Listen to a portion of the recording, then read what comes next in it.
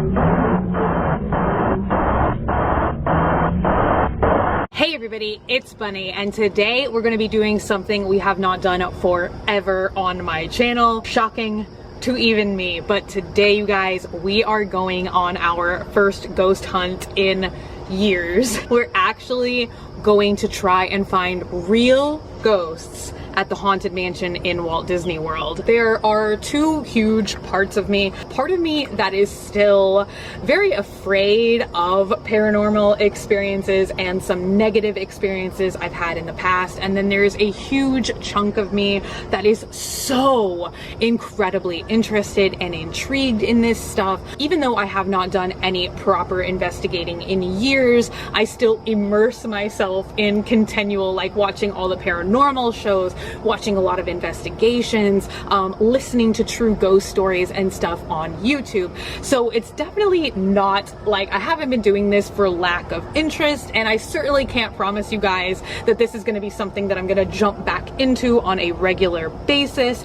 But here, while I'm at the Magic Kingdom, I feel like I do feel just a little bit of a safety net. I'd like to think that any ghosts that are haunting here are pleasant individuals. If you're at the happiest place on earth for all eternity, that would certainly put me in a good mood. Hopefully you guys will enjoy today's video, and if you guys like these, leave a like in the comments down below. Let me know. I'd also love to do one at Epcot as well, so let me know. I have been reading up on these stories for years, and there are so many cast members and even some guests that swear that not only are there like the fun, spooky animatronic ghosts at the Haunted Mansion, but real ghosts as well. Now, usually if you ask cast members about it, I think that it's sort of like company policy that they don't tell you these stories. You kind of have to maybe catch somebody after hours or on the hush hush. Like, I've had some cast members personally tell me of experiences they've had,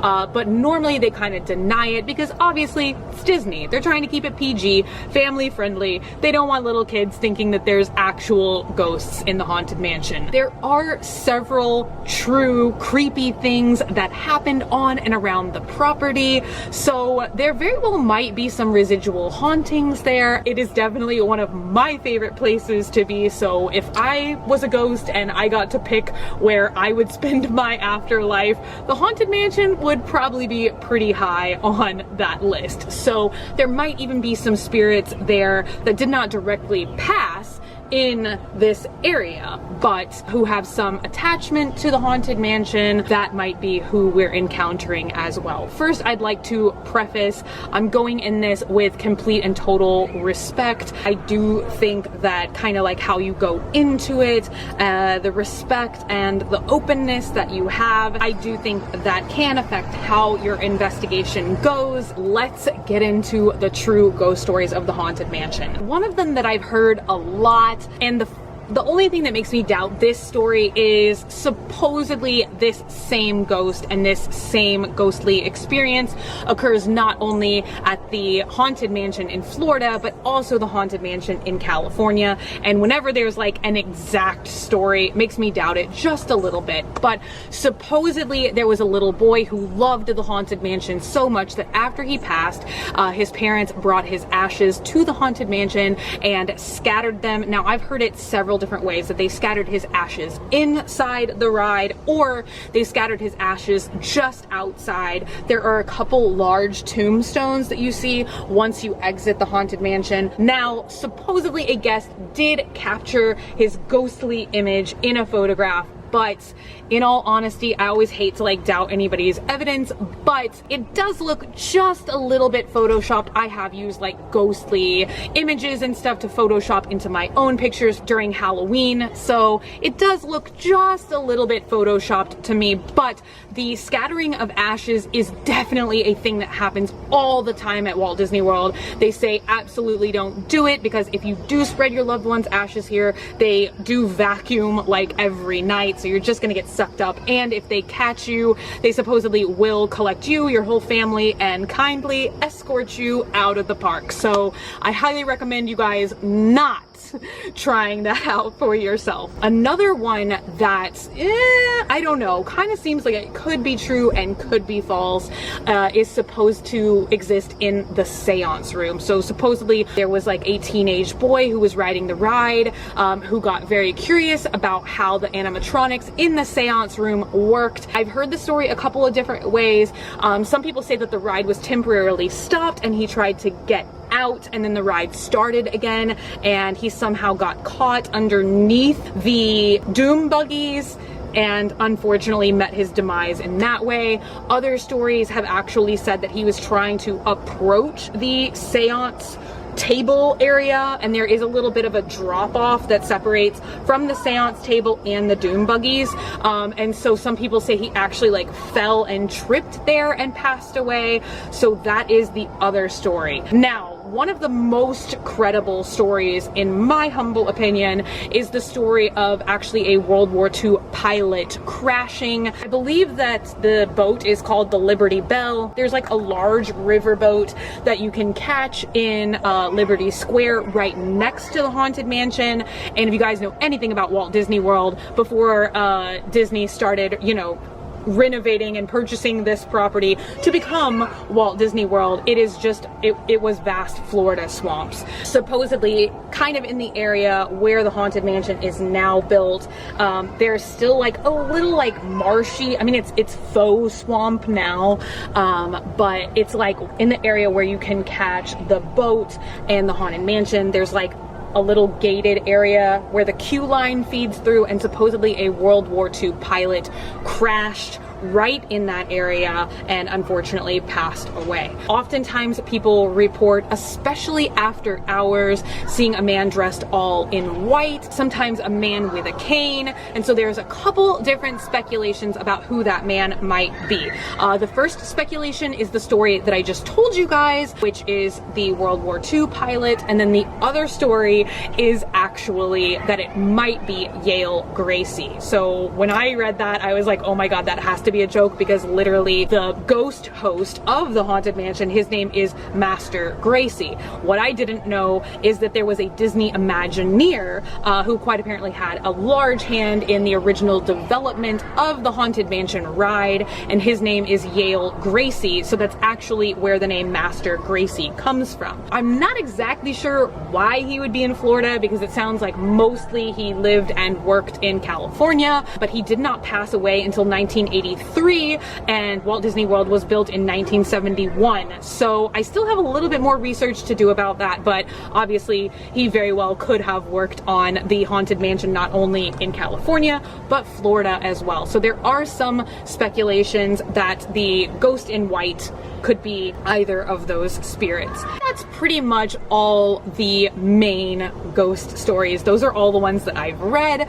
So I'm gonna try and go to the Haunted Mansion a couple of different times, so we will see what, if anything, we can catch. I am most excited to use the spirit box, honestly. I have not used one of those in a million years.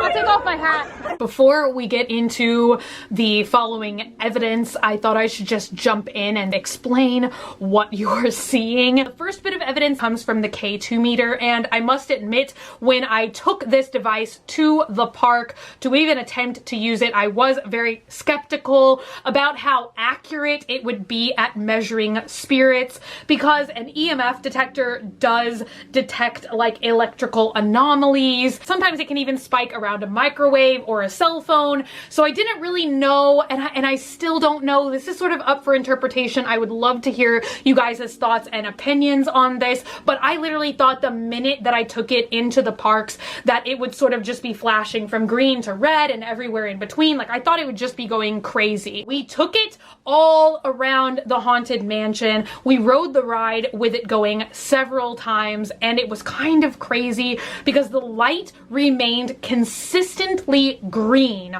all around and all throughout the ride, except for the last room and where you actually disembark from the ride, which is a little bit strange because the first ghost story that I told you guys about the little boy who supposedly haunts the haunted mansion, that is where his presence is supposed to be seen, felt, and heard. In the exit area of the ride, the last sort of room, if you will, there is a statue, a mannequin, an animatronic of a lady. She either looks like a miniature lady or a doll. I'm not 100% sure actually what she's supposed to be, but she sort of will tell you guys these mocking phrases. Like she'll say, be sure to bring your death certificate, and then she'll also say, hurry back. The little boy's spirit is supposedly heard saying hurry back, so like she'll say hurry back, and then the little boy's ghost will answer or sort of say the same thing, hurry back. That is the only room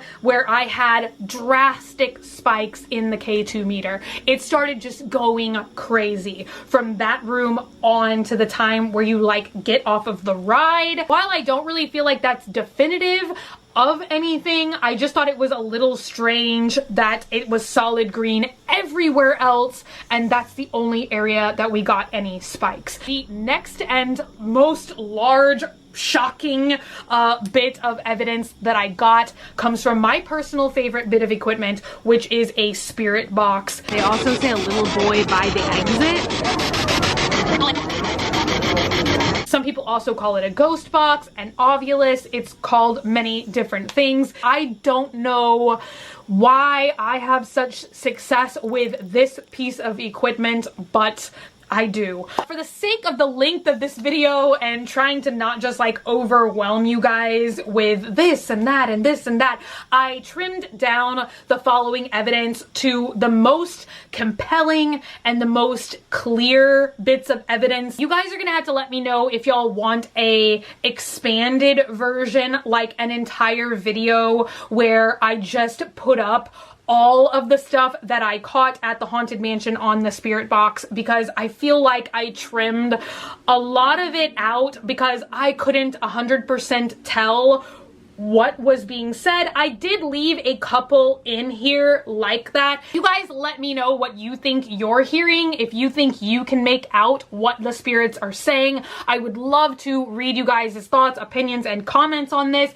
so hit me with some time-stamped comments down below. Let me know if you think you can decipher what the spirits are saying better or clearer than I was able to. It's been a long time since I've done this stuff. I feel like I'm a little bit rusty. I feel like that is some of the most fun about these types of investigations, is like what I hear you guys may not hear. Y'all may hear something different. So I always think it's fun to go over that kind of stuff in the comments and just see what you guys think about what I'm catching. A lot of what we caught is very different, very shocking to me, very different than anything I've ever experienced before. Like usually in the past I'll get like one word that will come out and just say like milkshake or something, but this was more, and you guys will see because some of it I left in and I just like put a caption and it said like it sounds like we're listening to a conversation between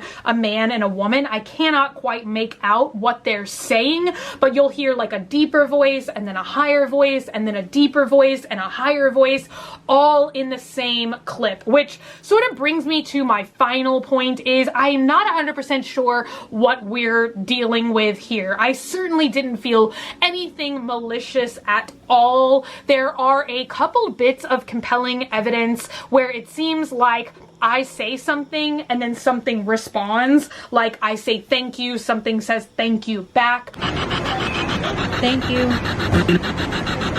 Which leads me to believe some of the spirits that we caught may be like an active spirit, an active presence, something that we can actively communicate with, ask it questions, it can respond. But some of these other things that I caught, particularly the conversations between the man and the woman, that might be more of a residual haunting situation. Now, we've talked about the different types of ghosts, the different types of hauntings, like forever ago on my channel. There are dormant spirit activities that I like to refer to as almost like a lingering scent of a perfume. It's like, it's something that you can tell that it's there, but you can't interact with it. Like, it's just going on about its business, which is kind of what I said at the beginning of the video, that there might be some spirits here who choose to be here because they love Disney World, they have happy memories here, maybe they're here with loved ones.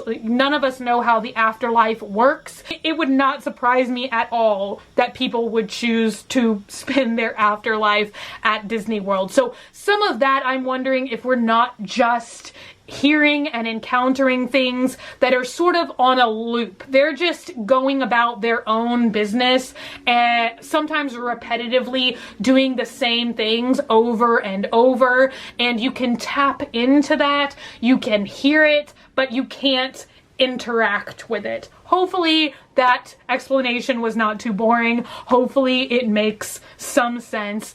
Without further ado, here is some of the spirit box session that I had. I hope you guys enjoy. I cannot wait to, I'm like burning, yearning to hear you guys' thoughts and opinions on what I caught. So I'm looking forward to your comments. Thank y'all so much for being here, for watching. The remainder of the video is gonna be the evidence that I caught. I hope y'all enjoy it. I love y'all so much, and I will see y'all again very, very soon. Bye. On the other side.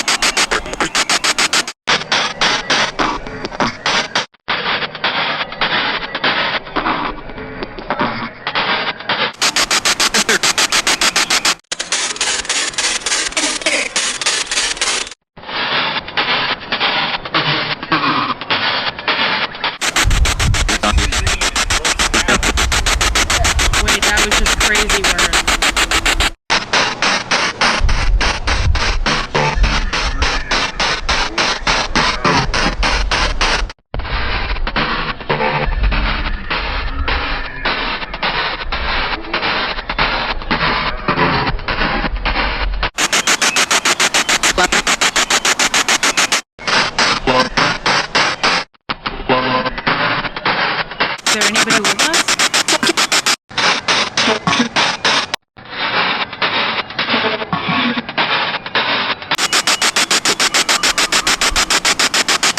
Pilot? A little boy?